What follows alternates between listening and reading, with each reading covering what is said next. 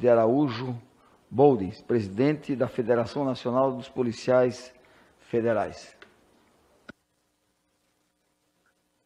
Boa tarde, deputado, presidente. Quero agradecer a oportunidade de estar aqui com os senhores nesse momento importante, né, inicial da discussão da PEC 32. A nossa federação tem tentado contribuir com esse debate até antes do encaminhamento da proposta pelo governo federal. Então, eu acredito que as nossas contribuições inicialmente eram de preocupação sobre segurança pública, mas como nós estamos integrados ao serviço público no geral, através de entidades como a CONACAT, a Confederação Nacional das Carreiras e Atividades Típicas de Estado, e também da UPB, a União dos Policiais do Brasil. Então, eu acredito que é um conjunto importante de servidores e que tem sim que ser ouvidos e tem muito a contribuir num cenário reformista, que todos, na verdade, entendem como necessário, né? Acho que todos os brasileiros sabem da importância das reformas para o Brasil, mas eu, junto com esses nobres representantes da CONACAT e da UPB, nós temos visto um pressuposto por parte do governo em relação a esses projetos de reforma, um pressuposto básico que não vem sendo cumprido, a nosso ver. Essa mudança na ordem das falas proporcionou até que nosso colega Nazário fizesse já uma avaliação dentro dessa lógica de construção legislativa e da harmonia do que está sendo proposto com a Constituição Federal e também com a atual Lei 8.112, que rege vários princípios, que em conjunto, né, regem vários princípios da administração pública e do serviço público em geral e os seus vínculos na sua formatação jurídica. Então, ele já deu boas pinceladas sobre uma parte do que a gente se propunha a falar, né? Então isso facilitou a nossa exposição também, mas nós queríamos muito que os deputados, os componentes da CCJ, tivessem essa percepção já no início da tramitação. Nós sabemos que há uma delimitação de análise por essa comissão, claro, é de suma importância se avaliar a constitucionalidade das medidas, a juridicidade do que está sendo proposto, mas nós entendemos que já na Comissão de Constituição e Justiça, alguns pontos merecem ser analisados agora, para que já nessa análise da constitucionalidade da medida, da proposta, nós tenhamos uma percepção do que o governo pretende ou intenta, né, com essa medida.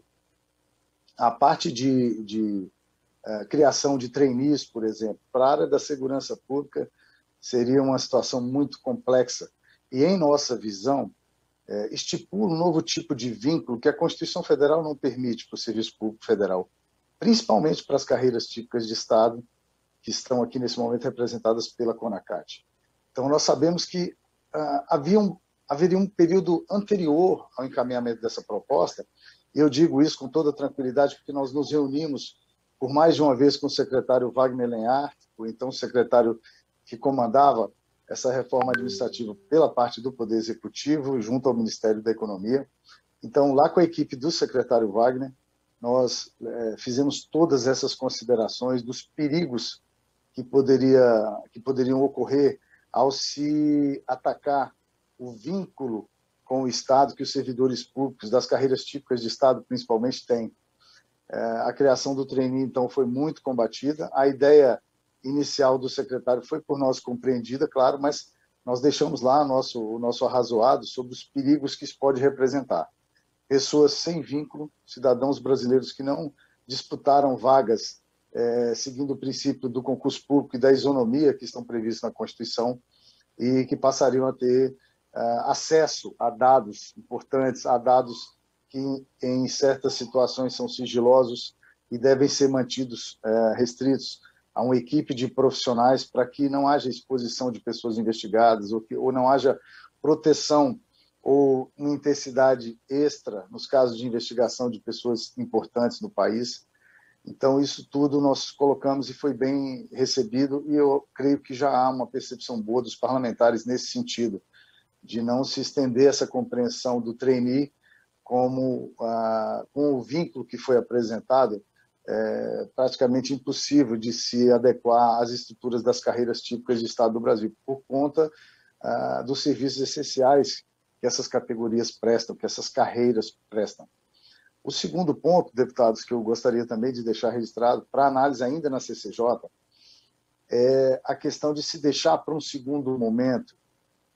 definir o que são os cargos típicos de Estado. Para nós que pertencemos à carreira policial e os colegas da carreira da auditoria, nós entendemos que deixar de regulamentar ou de já no texto constitucional o governo especificasse o que ele entende, a formatação de Estado que ele pensa e como seriam essas carreiras típicas de Estado definidas ainda num conceito constitucional. Nós entendemos como um risco você mencionar apenas cargo típico de Estado e não carreiras típicas de Estado, como a boa doutrina da administração pública, do direito administrativo, cita e cobra, né, para que exista um conceito de carreira típica de Estado, seguindo um pressuposto básico também da compreensão do direito administrativo, de que quando você disputa uma vaga de um cargo público, você, na verdade, adentra uma carreira pública. Então, isso é mais forte do que o cargo, porque o cargo pode sofrer denominações, pode sofrer mudanças de atribuições, mas a carreira, ela dificilmente tem modificações extremas, né? Já há exemplos no serviço público de fusões, até de aproveitamentos, né, em outros cargos, mas, enfim, a carreira permaneceu fortalecida, permaneceu a mesma. Então, na nossa visão, já seria importante que no texto da PEC 32 se definisse o formato de Estado que o governo acha ideal, e isso, como o meu colega Nazário já antecipou, seria necessário extremamente, em nome da boa transparência e para passar confiabilidade numa proposta de reforma, que o governo apresentasse os números que geraram essa necessidade de alguns tipos de mudança. Não apenas citar que a medida, a reforma é necessária porque vai trazer algum tipo de economia ao país. E nós sabemos, temos exemplos recentes de uma reforma trabalhista que foi feita de forma acelerada e também uma reforma previdenciária que, em números, ainda não mostraram aquela urgência ou aquela propriedade das mudanças que foram propostas. Houve sim, e isso, infelizmente, nas próprias palavras do ministro Paulo Guedes, foram granadas que foram colocadas nos nossos bolsos, né? Lógico que ele quis dizer que, de forma dissimulada, o governo teria abraçado os servidores e colocado uma granada em seus bolsos. Então, esse tipo de mensagem que foram emitidas pelo ministro Paulo Guedes, junto com a falta desses pressupostos que arrazoam, que bem argumentam sobre a necessidade de modificações tão profundas na relação dos seus servidores com o Estado, com o país. Então, eu acho que isso cria um ambiente de mácula do que está se pretendendo, né? E, novamente, deixa o servidor como alvo de uma reforma que, em números, nós ainda não encontramos também a justificativa plausível para isso, né? Em outros países, por exemplo, do mundo, tanto o gasto quanto a quantidade de servidores é muito superior ao Brasil. Eu digo isso sempre falando da relação proporcional com o número de habitantes. Nós nem estamos falando das dimensões do Brasil, da quantidade de estados que nós temos, né, de unidades federativas, porque quando nós falamos aqui pela CONACAT como servidores públicos, nós estamos falando também de servidores públicos municipais, estaduais, e essa proposta fatalmente vai ter reflexo em todas as esferas, né, da nossa federação. Então, seria necessário que o governo tivesse feito isso. E como não o fez, ainda no ambiente constitucional, repito e deixo bem frisado aos nossos parlamentares que compõem a CCJ da Câmara dos Deputados, que seria prudente nesse momento cobrar do governo tanto os dados que fomentaram essa proposta, que justificaram essa proposta, quanto uma modificação no texto para se atender ao comando constitucional ainda na parte principiológica da nossa Constituição, sobre a quebra de vínculo, a quebra de relação jurídica entre servidor e Estado, e, principalmente agora, a definição constitucional, com suas prerrogativas, com suas características básicas e essenciais, do que é uma carreira típica de Estado. Eu acho que sem isso, fora os outros pontos que os colegas pela manhã também já trouxeram, e também o colega Nazário que me antecedeu, eu acho que a soma desses pontos merece,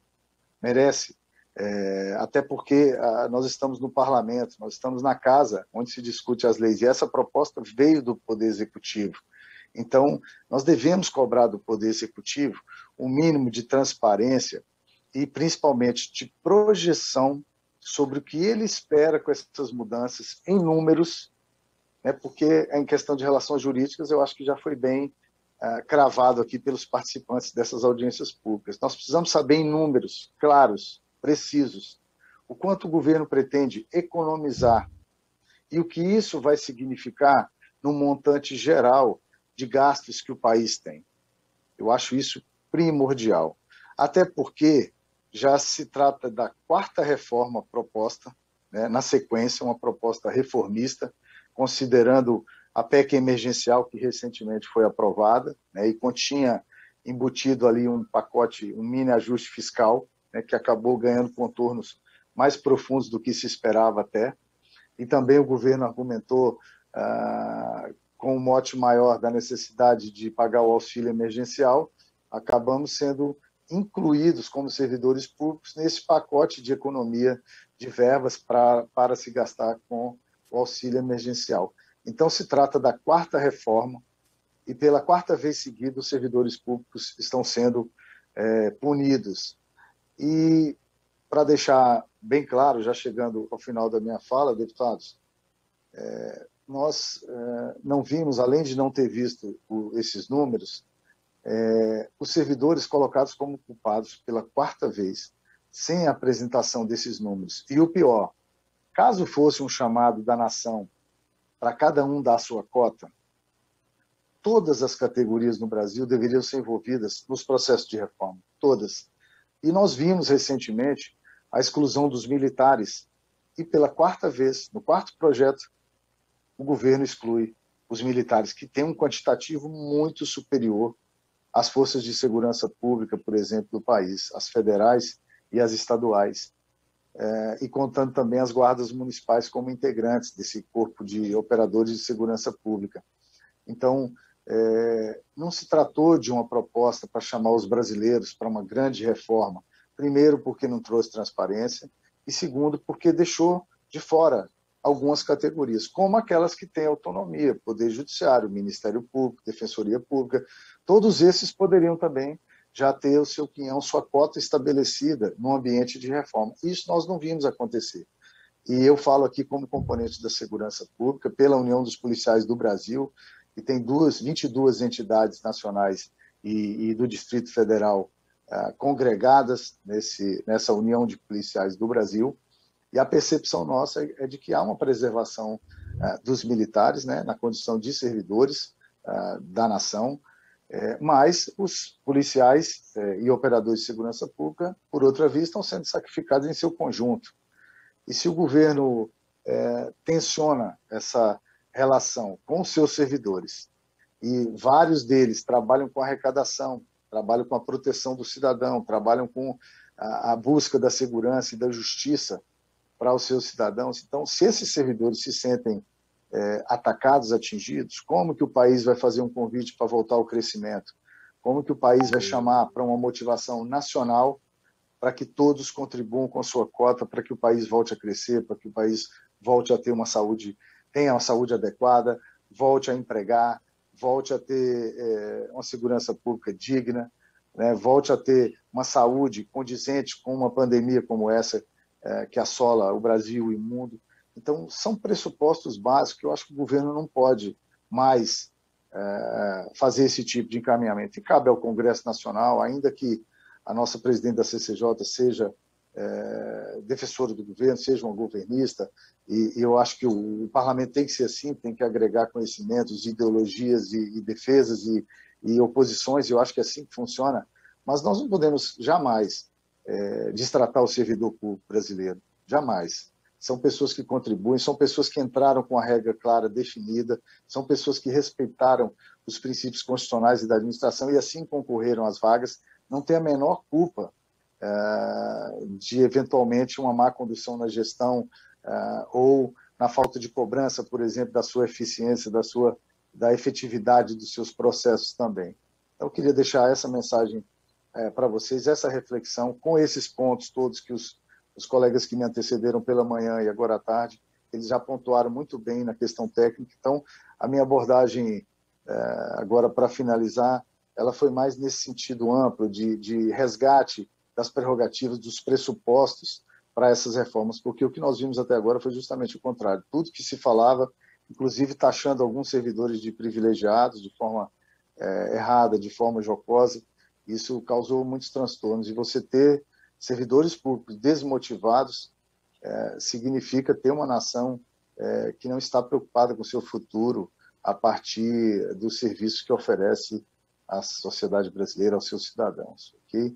Então, é nossa reflexão aqui da Federação Nacional dos Policiais Federais e aos deputados da CCJ e demais componentes das comissões que seguirão para tratar da PEC 32, nós deixamos aqui o nosso pedido, o nosso compromisso de continuar contribuindo para que reformas como essa, PEC 32, não prosperem sem cumprir esses requisitos básicos. Okay? Obrigado a todos, boa tarde. Muito bem, agradecemos a exposição.